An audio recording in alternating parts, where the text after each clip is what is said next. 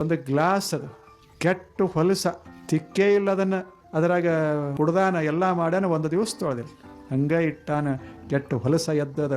ಇಂಥ ಗ್ಲಾಸಿನೊಳಗೆ ಏನು ಹಾಕಿದ್ರಿ? ಏನು ಅದ್ರಾಗ 1000 ಥರದ ಸರಿ ಕುಡ್ದಾನ, ಗ್ಲಾಸ್ನಾಗ ತೊಳೆದೇ ಇಲ್ಲ.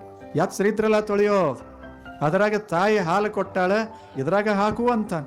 ಚಲೋ ಹಾಲು ಹಾಕಿದ್ರಿ, ಏನು ಹಾಕಿದ್ರು ಅವನಿಗೆ ವಾಸನ ಇರೋದು ಮಾತ್ರ ಅದರದೇ.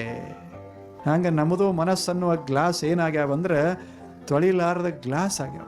ಇದ್ರಾಗೆಲ್ಲ ಏನೇನು ಮಾಡ್ಯಾವ, ಇಲ್ಲಿ ತಕ ಜಗಳ ಪಗಳ ಅಂಥವು ಏನದಾವ, ಬೈಗಳ ಪೈಗಳೆಲ್ಲ ಅದ್ರಾಗ ಹಾಕಿ ತೊಳೆದೇ ಇಲ್ಲ.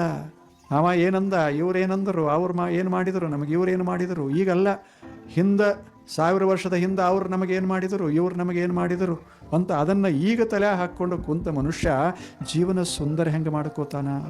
ಪ್ರತಿ ದಿವಸ ದೇವರು ಒಂದಿಷ್ಟು ಹಾಲು ಹಾಕಬೇಕಂತಾನೆ, ಒಂದಿಷ್ಟು ಅಮೃತ ಹಾಕಬೇಕಂತಾನೆ. ಏನು ಹಾಕಿದರೂ ಸಹಿತ ವಾಸನ ತಪ್ಪಲ್ದಲ್ಲ ವಿಷಯಗಳು ಮನಸ್ಸಿನಲ್ಲಿ.